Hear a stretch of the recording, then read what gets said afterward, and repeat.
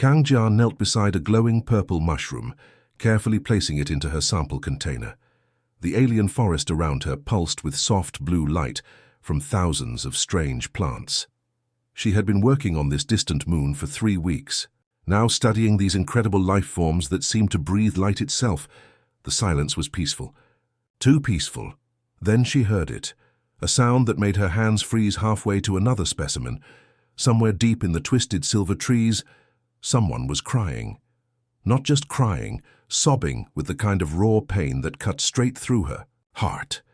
The sound was small, desperate, and completely heartbroken. Jia stood up slowly, her scientific equipment forgotten. She had heard human children cry before, but this was different. The rhythm was wrong, the pitch slightly off. Whatever was making this sound wasn't human, but the emotion behind it was unmistakably real. "Hello?" she called out softly, her voice barely above a whisper. The crying stopped for a moment, then started again, even more urgently. Following the sound, Jia pushed through the strange forest. The trees here looked like they were made of liquid silver that had been frozen mid-flow. Their branches twisted in impossible spirals, creating a maze of shadows and reflected light. Her boots crunched on crystalline leaves that chimed like broken glass with each step. The crying grew louder, more desperate, more afraid. Then she saw it. Crouched behind a fallen tree trunk was a small figure, no bigger than a human 6-year-old. But this was definitely not human. Its skin looked like living crystal, semi-transparent and flickering with patterns of colored light that pulsed rapidly with obvious distress. The creature had delicate features and large eyes that reflected the forest's glow like mirrors. When it saw her, those eyes went wide with surprise and something that looked like hope. "Human!" it gasped, scrambling to its feet. Its voice was high and musical, but the words came out broken and panicked. "Human, please! You help! Yes! Mother is... The little being's light patterns flashed rapidly between red and orange, colors that somehow screamed danger and fear even though Jia had never seen this species before. "Easy," Jia said gently, kneeling down to be at eye level with the creature. "I'm here. What's wrong? Where's your mother?" The child, because that's what it had to be, a child, pointed deeper into the forest with a trembling finger. "Metal. Teeth," it cried. "Big metal teeth bite her leg. She cannot move. She getting weaker and weaker." Jia felt ice form in her stomach. A trap. Something had set a trap in this peaceful forest, and this child's mother had walked right into it. "Show me," she said, already reaching for her emergency medical kit. "Take me to her right now." The child's crystalline face brightened with desperate hope. "You really help? Even though we not human? Even though we strangers?" Jia looked into those alien eyes and saw something completely familiar. A child, terrified of losing their parent. Species didn't matter, fear didn't matter. What mattered was that someone needed help, and she was the only one here who could give it. "Of course I'll help," she said firmly. "That's what humans do." The child grabbed her hand with tiny fingers that felt warm and smooth like polished stone. "This way, quick. She very weak now." Together they ran deeper into the alien forest, following a trail of disturbed crystalline leaves and broken branches. With each step, Jia wondered what kind of trap could hold a sentient being captive. With each step, she prepared herself for whatever horror they might find. Behind them, the peaceful forest seemed to hold its breath, waiting to see if one human could make a difference in a galaxy full of strangers. The little being, Velti, he had told her his name was, pulled Jia through the forest with urgent tugs on her sleeve. His crystalline skin was flashing bright red now, the color of pure panic. They ran past glowing flowers and singing vines, until suddenly Velti stopped so fast that Jia almost crashed into him. "There," he whispered, pointing ahead with a shaking finger. "There is Mother."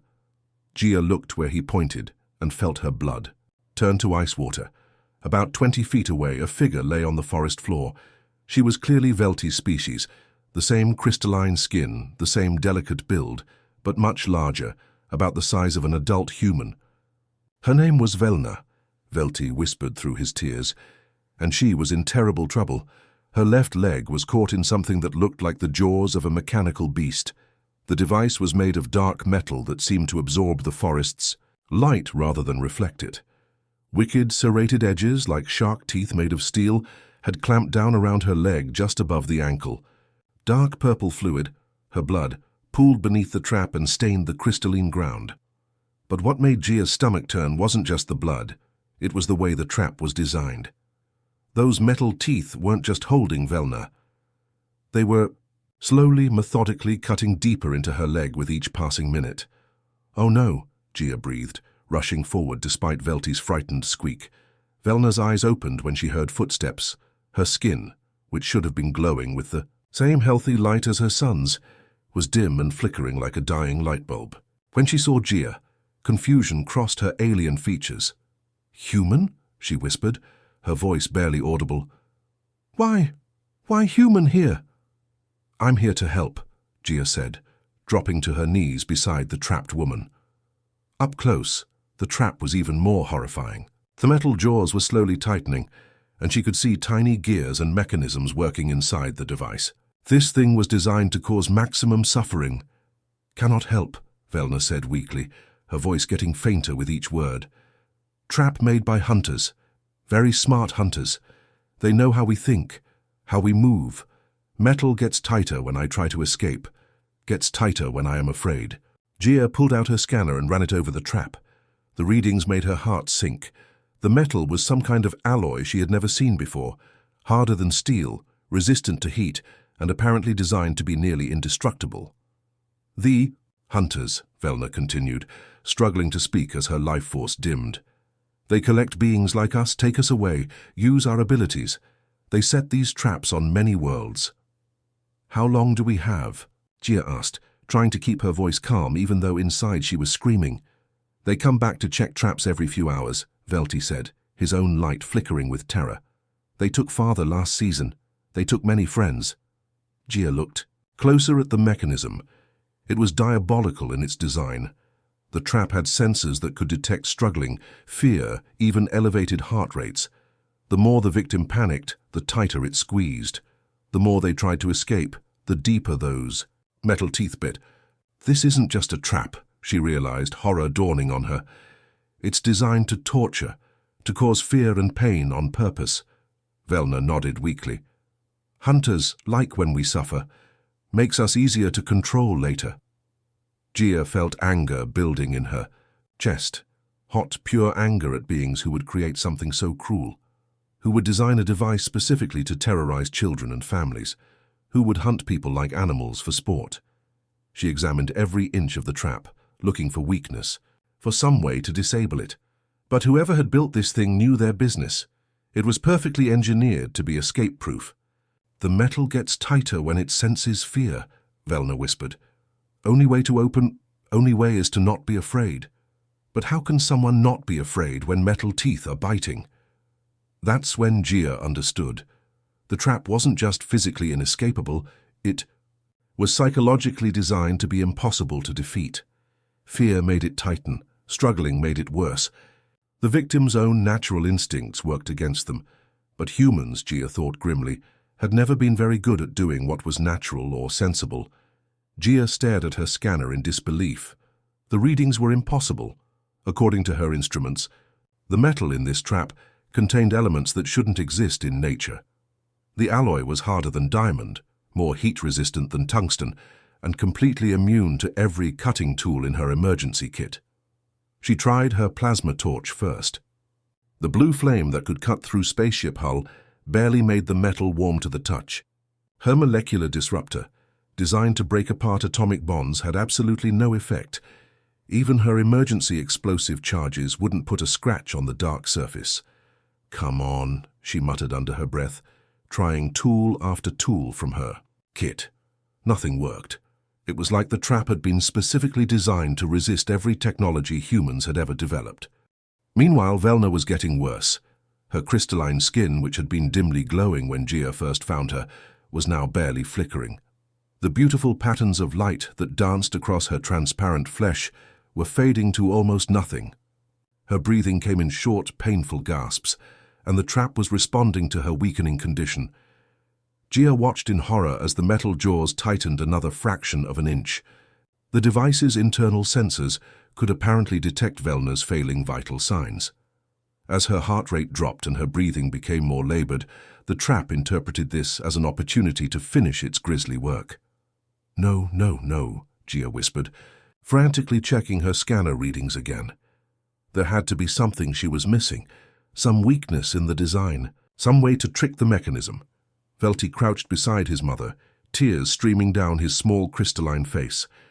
"Mother, please stay awake," he begged. "Please don't leave me like Father did." Velna's eyes fluttered open. She looked at her son with such love that it broke Gia's heart. Then she turned to look at the human who was desperately trying to save her life. "Human," she whispered, her voice barely audible. "Thank you for trying. But trap cannot be broken by force. Only opens when—" She paused, struggling to find the words in standard language. "When courage has no fear." Gia stopped what she was doing. "What did you say?" "Old words. From the hunter's last victim. Before they took him, he told us the secret. Trap opens when courage has no fear." Velna's eyes were starting to close again. "But impossible. How can someone be brave without fear? Fear is what makes us careful, what keeps us alive." But Gia was staring at the trap with new understanding. The pieces were falling into place in her mind like a puzzle solving itself. "It's reading biorhythms," she said slowly. "The trap isn't just sensing struggle or movement. It's reading biological signs, heart rate, adrenaline levels, stress hormones, brain activity patterns." She pulled out her medical scanner and pointed it at Velna. Sure enough, the readings showed elevated stress responses, high fear indicators, and all the biological markers of a terrified, dying creature. "The trap tightens when it detects fear," Gia continued, her voice growing more excited as she worked through the problem. "But what if someone could approach it without any fear at all? What if someone could override their natural survival instincts completely?" Velti looked up at her with confused hope. "But how? Mother is trapped. Of course she is afraid. Anyone would be afraid." Gia stood up, her mind racing. The trap was diabolical, but it had one weakness. It was designed to recognize the biorhythms of fear and desperation. It expected its victims to panic, to struggle, to flood their systems with stress hormones and adrenaline. But what if someone could approach it with perfect calm? What if someone could maintain complete emotional control while doing something that should terrify any sane person? "The hunters made one mistake," Gia said quietly, more to herself than to the others. "They designed this trap for normal behavior, for natural reactions, for beings who respond to danger the way evolution programmed them to respond." She looked down at Velna, who was watching her with dimming eyes. "But humans," Gia continued, "have never been very good at doing what's natural or sensible. We have this annoying habit of ignoring our survival instincts when someone needs help." Understanding was dawning on her now. She knew what she had to do. It was crazy, dangerous, and would probably get her killed. But it was also the only chance Velna had. The trap expected fear. It fed on terror. It was designed to tighten when it sensed the biological markers of panic and desperation. So Gia would have to give it the opposite.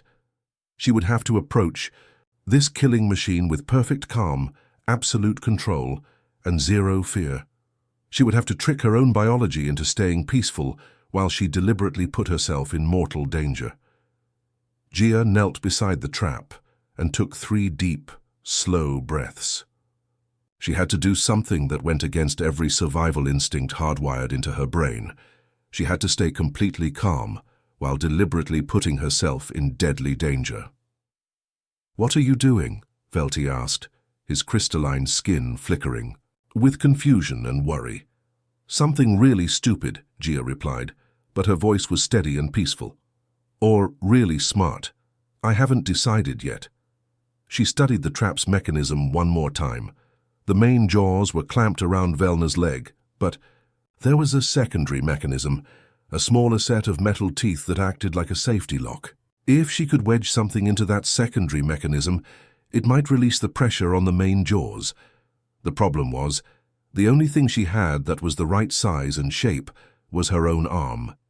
Gia closed her eyes and began the mental exercises she had learned during her survival training: slow breathing, heart rate control, emotional regulation.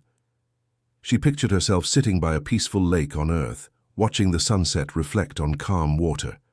She imagined the sound of gentle waves lapping against the shore. Her heart rate dropped. Her adrenaline levels normalized. Her brain patterns shifted into the alpha waves of deep meditation. "Human?" Velna whispered weakly. "What you doing?" "Saving you," Gia said simply, and reached toward the trap. The moment her fingers touched, the metal warning signals should have flooded her brain. This was dangerous. This was potentially lethal. Every cell in her body should have been screaming at her to run away. Instead, she maintained perfect calm. She could see exactly where she needed to put her arm. The secondary mechanism was about 6 inches long, with serrated edges designed to grip and hold. If she could slide her forearm into that space, her arm would act like a physical barrier, preventing the mechanism from continuing to tighten. The metal teeth would cut her. They would probably cut her badly, but they wouldn't be able to close completely with her arm in the way. "This is going to hurt," she told herself quietly. "But pain is just information. Pain is just a signal.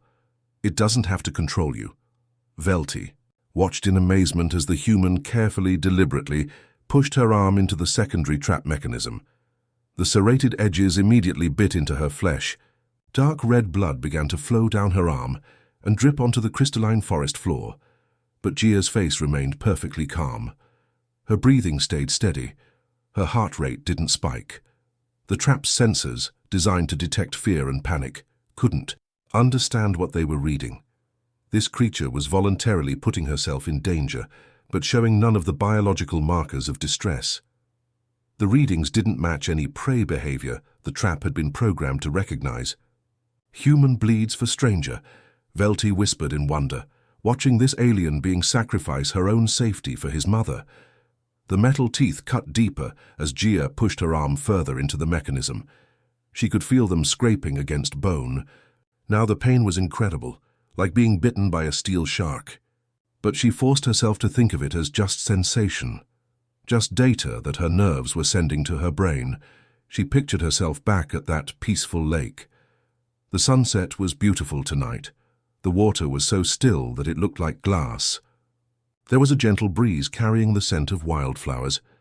Her arm was now wedged completely into the secondary mechanism, preventing it from closing any further.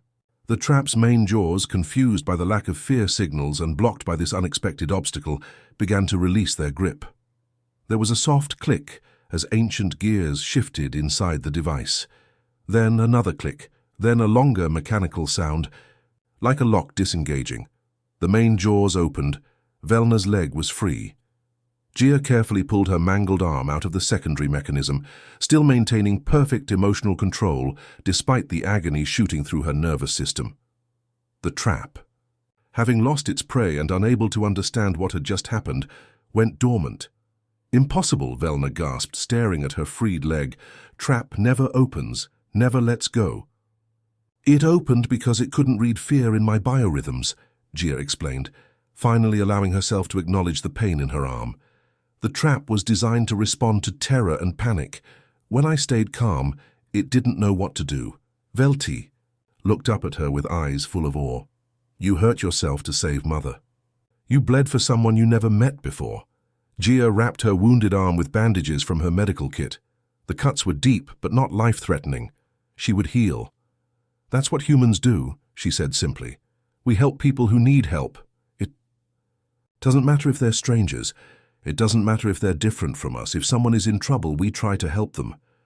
Velna struggled to sit up, her crystalline skin beginning to glow brighter now that she was free from the traps.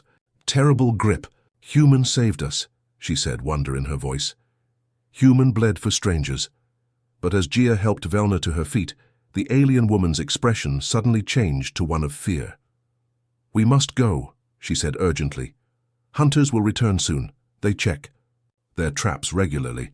If they find trap open, they will know someone helped us escape." Gia carefully cleaned the deep cuts on her arm, while Velna tended to her own wounded leg.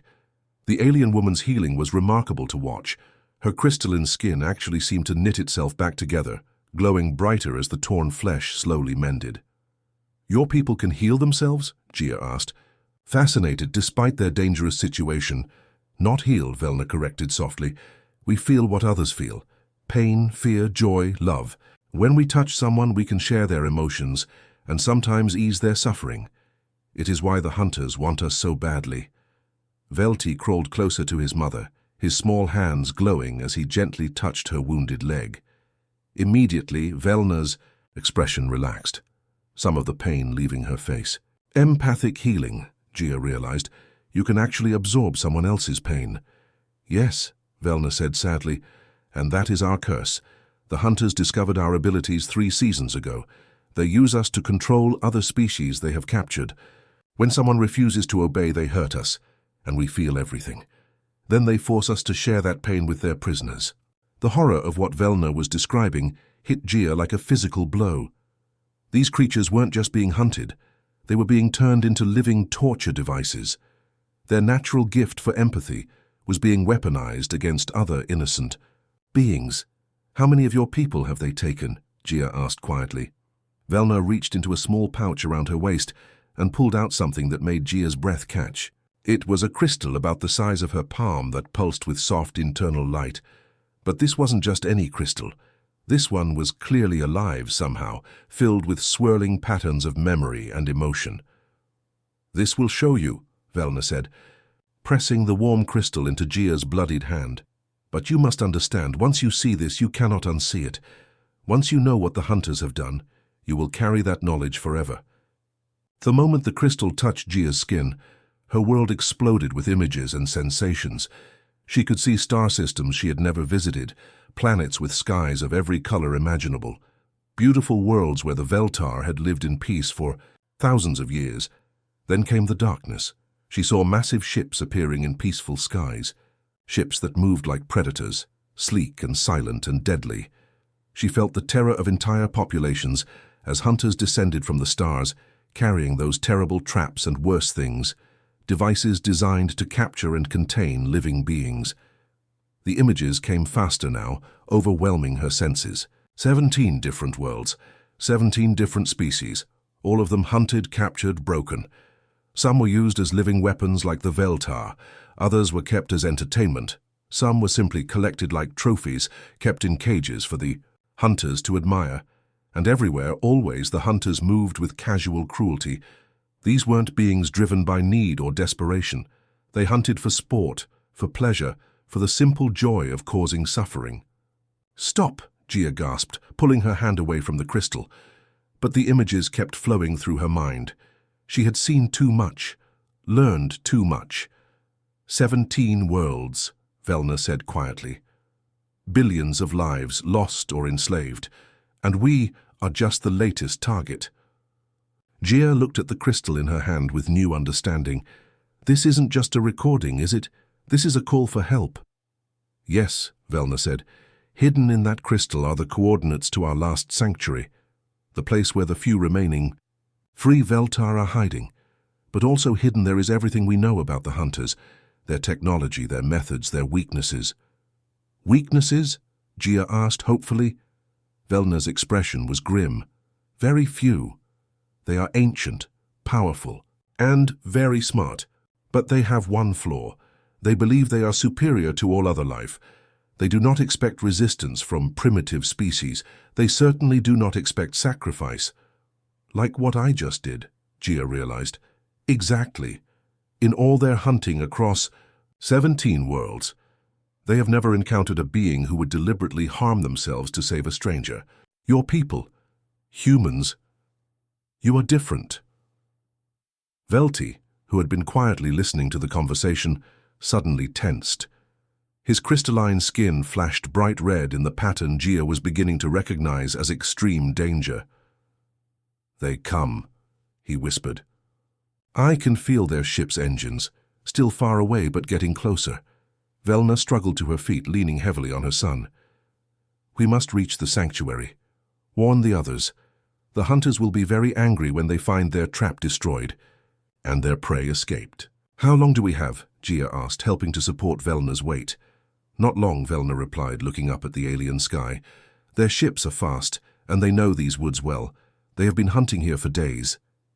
Gia felt a chill that had nothing to do with the cool forest air. She had just made herself a target of beings who had conquered 17 worlds. But as she looked at Velti's frightened face and Velna's determined expression, she knew she had made the right choice. "Then we better start running," she said, securing the precious memory crystal in her equipment pack. "And along the way you can tell me everything you know about how to fight these hunters." "Fight them?" Velna asked in surprise. "But they are too powerful, too advanced." Gia smiled grimly. "Maybe, but they've never fought humans before, and humans have this annoying habit of winning fights we're supposed to lose." They had been running through the crystal forest for maybe 10 minutes when the sky above them began to shimmer. At first, Gia thought it was just her eyes playing tricks on her. The alien atmosphere sometimes caused strange visual effects. But then Velti stopped dead in his tracks, his crystalline skin flashing bright red. "They are here," he whispered, pointing upward with a trembling finger. Gia looked up and felt her heart skip a beat. The air itself seemed to be bending and twisting about 50 feet above the treetops. It was like looking at the world through water, everything distorted and rippling. Then, slowly, 3 ships began to materialize out of what had appeared to be empty sky. The vessels were unlike anything. Inhuman design. They moved like living things, their hulls flowing and shifting as if made of liquid metal. The adaptive camouflage that had hidden them was so perfect that even now, watching them decloak, Gia's brain struggled to process what she was seeing. "Stealth technology," she breathed. "But not like ours. This is something else entirely." The ships were beautiful in a terrifying way. Sleek as sharks, silent as death, they hung in the air with an almost casual arrogance. No visible engines, no exhaust trails, nothing to indicate how they stayed airborne. They simply existed in defiance of gravity, as if the laws of physics were merely suggestions they chose to ignore. "How did they find us so fast?" Velna gasped, leaning heavily against a silver tree. Gia's stomach dropped as the horrible realization hit her. "My rescue beacon," she said, her voice hollow with guilt. "When I found you, I activated my emergency beacon. It sends out a continuous signal so my research team can find me if something goes wrong." "You called them here," Velti said, but there was no accusation in his voice, just the flat statement of a child who had seen too much horror already. "I didn't know," Gia said desperately. "I thought I was calling for help. I never imagined that these things would be monitoring human frequencies." The lead ship began to descend, moving with the fluid grace of a predator that knew its prey had nowhere to run. Gia could see the hull more clearly now. It was covered in what looked like scales or armor plates that shifted color to match the background. The technology was so advanced it seemed almost magical. "They monitor all frequencies," Velna explained weakly. "Every form of communication, every energy signature. They have been doing this for a very long time. They know how to find anyone who tries to call for help." Small platforms began to separate from the ship's hulls, floating downward like deadly leaves. On each platform stood a figure in dark armor that seemed to absorb light rather than reflect it. The hunters had come to collect their prey. Gia counted, 6 of them descending toward the forest floor. Each one carried weapons that hummed with barely contained energy. Even from this distance, she could tell they moved with the confidence of beings who had never encountered real resistance. "We have to run," Velna urged, trying to pull herself upright, but Gia was staring at the approaching hunters with a calculating expression. Her mind was racing, processing everything she had learned about these beings. They were powerful, advanced, and completely confident in their superiority. They expected their prey to run, to hide, to cower in fear. They were not expecting a fight. "No," Gia said quietly, shrugging off her equipment pack and checking her remaining tools. "You run. Take Velti and get to that sanctuary you told me about." "What are you doing?" Velti asked, his skin flickering with confusion and fear. "Something these hunters have probably never seen before," Gia replied, pulling out her geological survey equipment. "Someone's standing up to them." "You cannot fight them," Velna protested. "They have conquered 17 worlds. They have technology beyond your understanding." Gia looked at the approaching hunters, then back at the terrified alien family she had just saved. "Maybe they have better technology," she admitted. "But technology isn't everything. These hunters have been winning for so long that they've forgotten Something important. What? Velti whispered. They've forgotten that sometimes the prey fights back. Gia activated several devices from her geological kit, setting them to configurations that were definitely not in the user manual. And humans? We're really good at fighting back. The first hunter platform touched down about 100 yards away. The armored figure stepped off with casual arrogance, scanning the area with instruments that glowed with alien light. It was clearly following the trail they had left, the disturbed vegetation and traces of blood from their escape. Hide, Gia told the Veltar firmly. Get behind those rocks over there and don't come out until this is over. You will be killed, Velna said, tears flowing down her crystalline face. Maybe, Gia acknowledged. But maybe not. These hunters are about to learn something new about humans. We don't like bullies. And we really don't like it when bullies hurt innocent people. She hefted a seismic charge in one hand and a plasma torch in the other. Neither was designed as a weapon, but then again, humans had a long history of turning tools into weapons when the situation called for it. Besides, she added with a grim smile, they're expecting helpless prey. What they're getting is a very angry human with a geology degree and a really bad attitude. The lead hunter was getting closer now, its armored form moving through the crystal forest with deadly purpose. Behind it, the other 5 were fanning out to surround the area. Gia took a deep breath and stepped out from behind the trees to face them.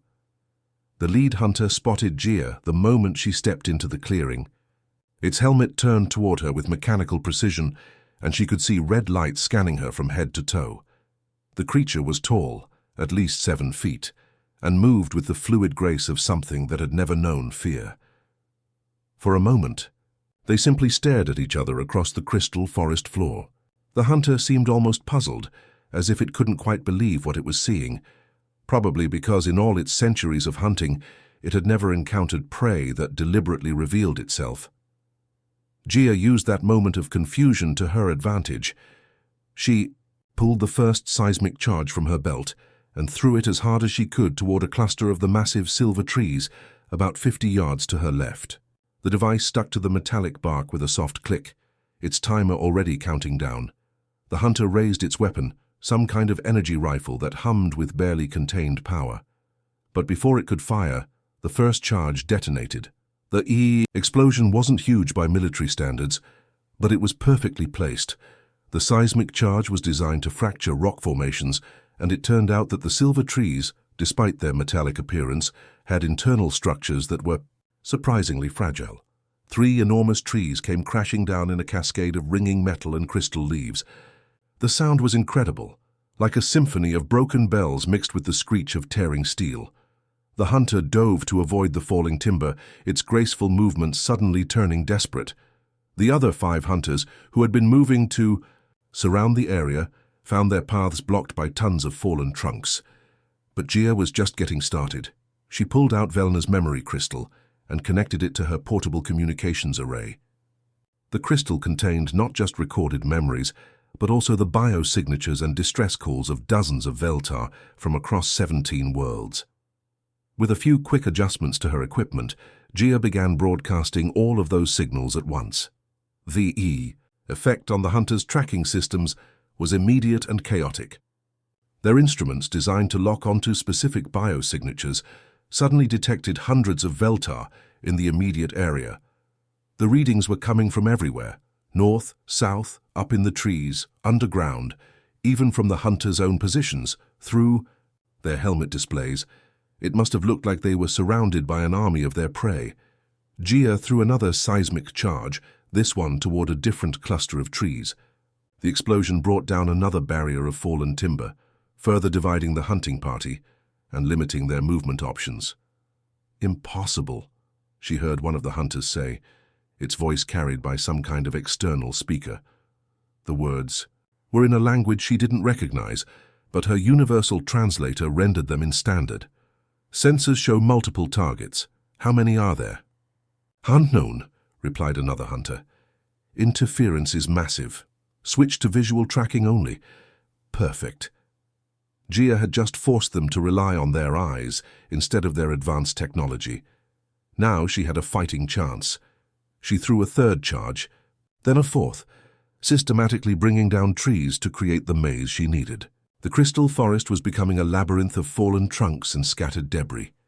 The hunters, who had been confident in their ability to surround and capture their prey, now found themselves separated and confused. But the real genius of Gia's plan wasn't the fallen trees, or even the sensor confusion. It was where she was leading them. During her 3 weeks of geological surveys on this moon, she had discovered something interesting about the area where the Veltar had been trapped.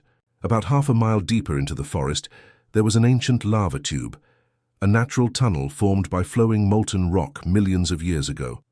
The tube was mostly collapsed now, but Gia's instruments had detected something else inside it.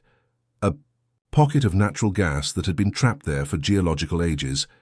Methane, hydrogen, and other highly flammable compounds, all compressed under tons of rock. All it would need was a spark to turn that pocket into a massive explosion. Gia began, moving through her maze of fallen trees, staying just far enough ahead of the hunters to be visible but not close enough to be caught. She left an obvious trail, broken branches, disturbed crystal leaves, even a few drops of blood from her wounded arm. The hunters followed, because that's what hunters do. They were confident in their superior speed, strength, and technology. To them, this was just a slightly more complicated version of their usual prey drive. The human was simply taking longer to catch than expected. "Target is moving toward the old lava formations," one hunter reported to the others. "She appears to be fleeing toward the ancient tunnels." "Good," came the reply. "Dead end. She has trapped herself." Gia smiled grimly as she led them deeper, into the forest. The hunters were seeing exactly what they expected to see: terrified prey running toward what looked like shelter, but was actually a trap. They had no idea they were walking into something that would make their advanced technology completely irrelevant. Because sometimes the most sophisticated weapons in the galaxy were no match for simple physics and a human who understood how rocks and gas and fire worked together. The entrance to the lava tube was just ahead now, a dark opening in the crystal cliff face. Gia could see it clearly, and more importantly, she could smell the faint odor of trapped gases seeping from the ancient stone. Behind her, the 6 hunters were closing in, confident that their long chase was finally coming to an end. They had no idea how right they were. Gia reached the entrance to the lava tube with her heart pounding and her lungs burning from the desperate run through the crystal forest. Behind her, she could hear the hunters crashing through the maze of fallen trees, their heavy footsteps getting closer with each passing second. The opening in the cliff face yawned before her like a hungry mouth. The ancient tunnel was about 10 feet wide and disappeared into darkness that her flashlight could barely penetrate. But more importantly, her nose was already picking up the telltale smell she had been hoping for, the sharp, chemical odor of trapped gases that had been building pressure for millions of years. She pulled out her geological scanner and did a quick reading of the tunnel's interior. The results made her smile despite the deadly situation. The gas pocket was even larger than she had estimated from her earlier surveys. Methane, hydrogen, and a dozen other flammable compounds, all compressed under thousands of tons of rock, and just waiting for the right spark. "Perfect," she whispered, then turned to face the approaching hunters. They emerged from the forest like armored nightmares, their dark suits making them almost invisible against the crystal shadows. But now that they thought they had cornered their prey, they were taking their time, moving with the casual confidence of predators who knew their victim had nowhere left to run. "Surrender now, human," the lead hunter called out, its voice mechanically, distorted by whatever translation system it was using. "Your resistance has been amusing, but this ends here." Gia stepped backward into the mouth of the tunnel, making sure she was clearly visible in the entrance. "You want me?" she called back. "Come and get me." The hunters exchanged what might have been amused glances, hard to tell with their helmets, but their body language suggested they found her defiance entertaining rather than threatening. "She runs to ground like a frightened animal," one hunter observed to another. "They always do this. Think caves will protect them." "The human shows." "Spirit," the leader replied. "She will make an interesting addition to the collection. Try not to damage her too badly." They began moving toward the tunnel entrance in formation, weapons ready but not particularly urgent. After all, what could one trapped human do against 6 beings who had conquered 17 worlds? Gia backed deeper into the tunnel, her flashlight, beam dancing ahead of her as she carefully counted her steps. She needed to be far enough inside to avoid the initial blast, but close enough to the entrance to escape once the explosion triggered the tunnel collapse. 20 steps. 30. The hunters were entering the tunnel now, their armor scraping against the rough stone walls. Their helmet lights cut through the darkness like searching eyes. "Nowhere to run now, little human," one of them taunted. "This tunnel is a dead end. Our scanners show solid rock ahead." 40 steps. 50.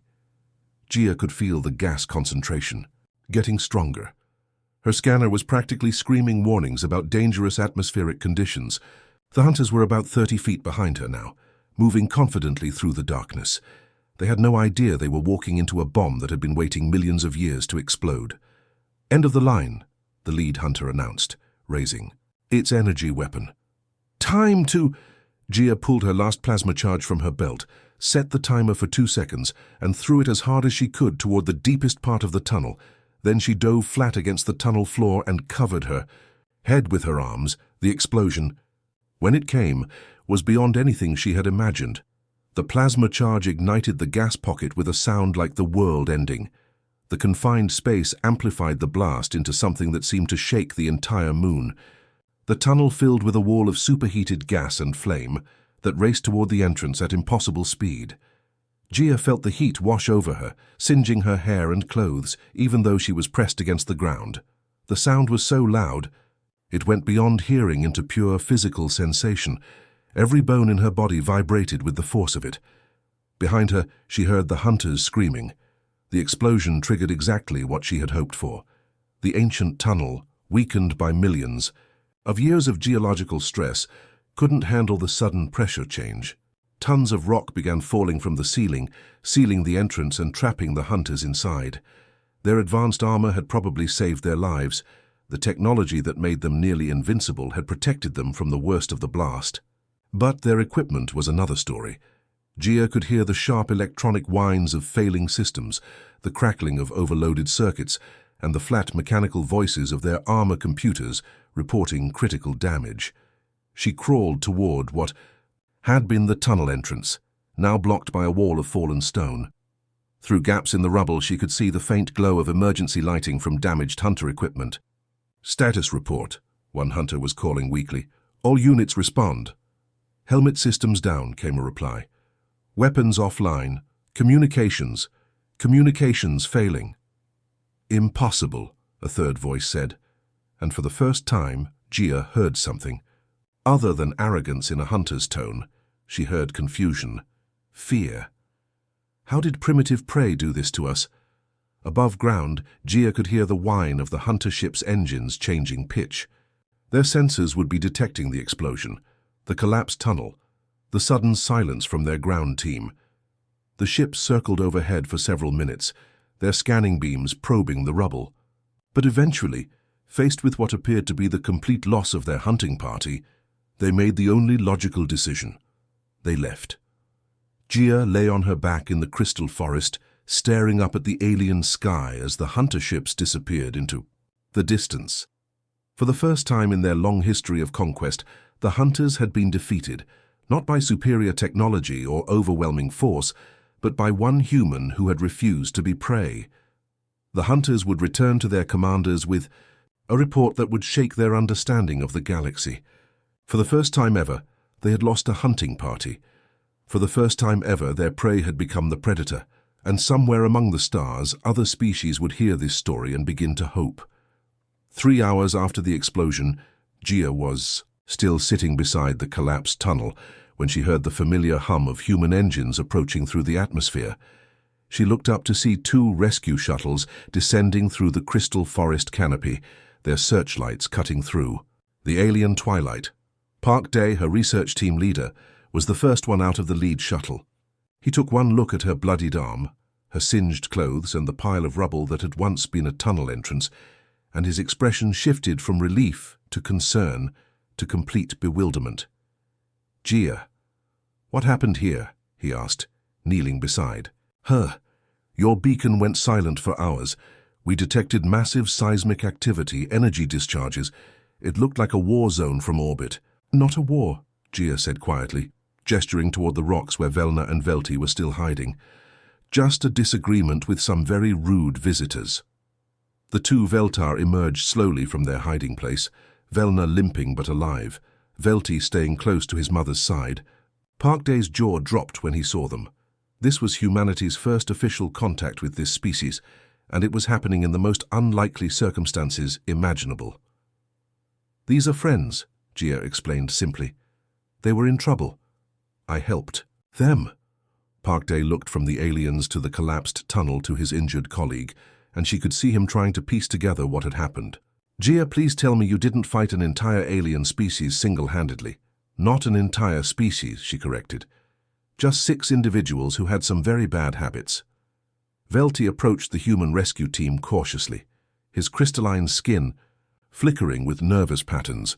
But when he looked at Gia, his expression filled with something that transcended language barriers, pure admiration and gratitude. "Humans saved us," he said in his careful standard, addressing Parkday and the other rescuers. "Bad hunters trapped Mother. Human put her own arm in metal teeth to free Mother. Human bled for strangers." The rescue team exchanged glances.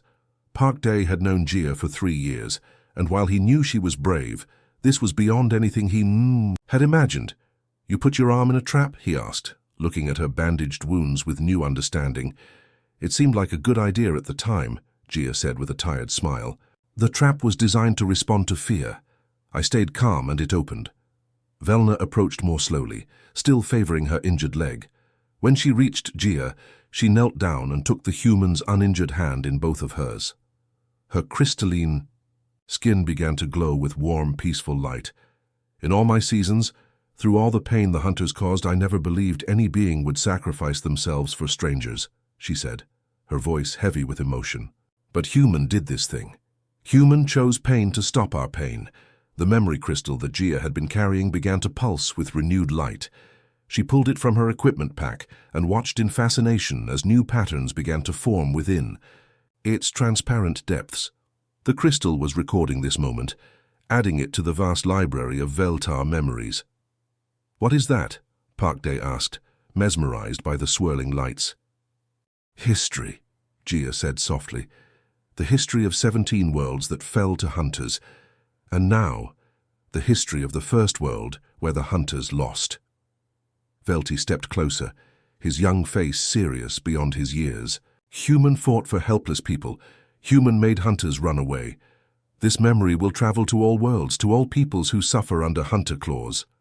The crystal pulsed brighter, and suddenly Gia could feel something incredible happening.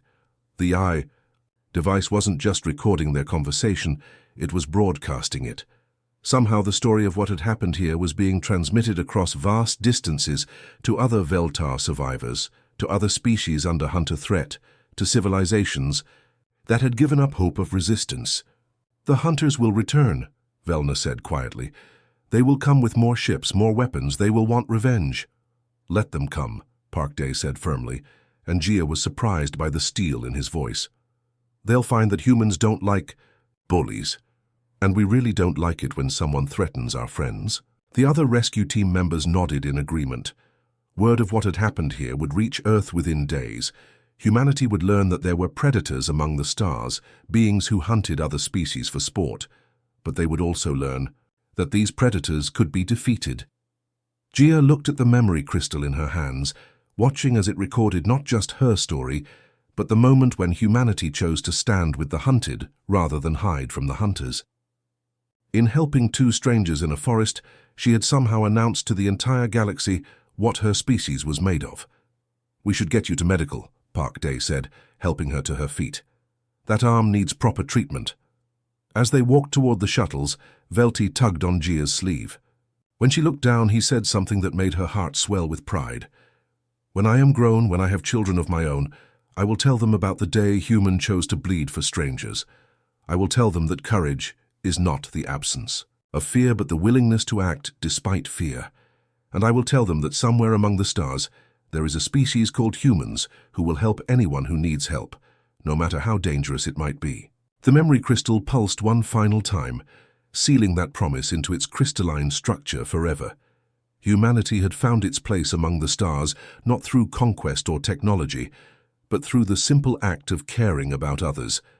And across the galaxy, that message was spreading like wildfire, giving hope to countless beings who had forgotten what it felt like to fight back. The hunters had created their own worst enemy, a species that would never stop fighting for the innocent.